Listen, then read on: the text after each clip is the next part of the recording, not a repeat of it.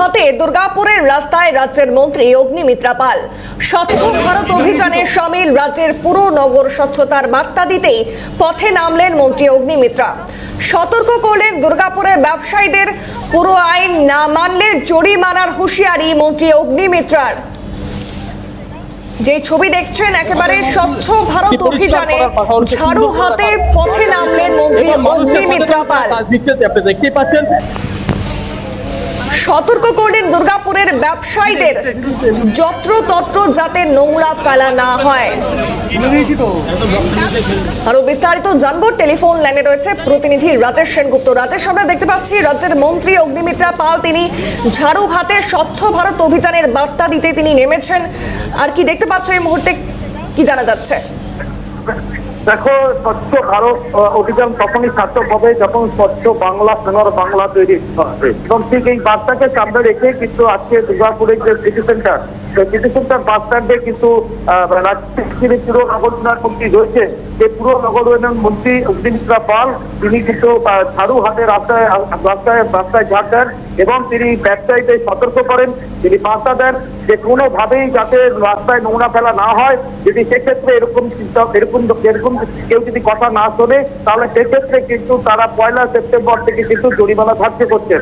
অর্থাৎ রাস্তায় পানের পিক ফেলা, ময়লা ফেলা, সমস্ত আজকে মানুষ বার্তা নিয়ে তারা সপ্তাহব্যাপী দুর্গাপুর থেকে রাজ্যের করলেন। একেবারে ধন্যবাদ রাজেশ। আমরা শুনবো কি বললেন মন্ত্রী অগ্নিমিত্রা পাল। বন্ধু এবং নির্মাণ সাথীদের নিয়ে আজকে দুর্গাপুরের বাস স্ট্যান্ডে এসেছি। আপনাদের জানাই যে মাননীয় প্রধানমন্ত্রী, যশস্বী প্রধানমন্ত্রী নরেন্দ্র মোদীজি 20 তারিখে তারকেশ্বরে আসছেন। তার আগে আমরা 6 দিনের 15 থেকে মানে গতকাল থেকে 20 তারিখ অব্দি একটা 6 দিনের এক্সটেন্সিভ ক্লিনলিনেস প্রোগ্রাম, স্বচ্ছতা অভিযান নিয়েছি।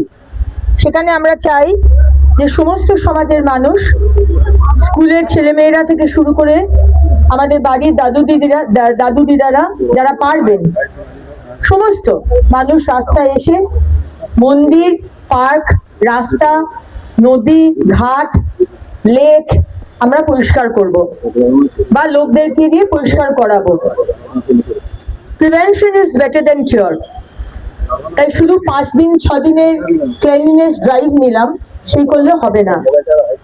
আমরা যে স্বপ্ন দেখেছি সোনার বাংলা গড়ার, সেই সোনার বাংলা কখনোই হবে না যতক্ষণ স্বচ্ছ বাংলা না হয়, সবুজ বাংলা না হয়, আর সুস্থ বাংলা না হয়। আজকে পরিষ্কার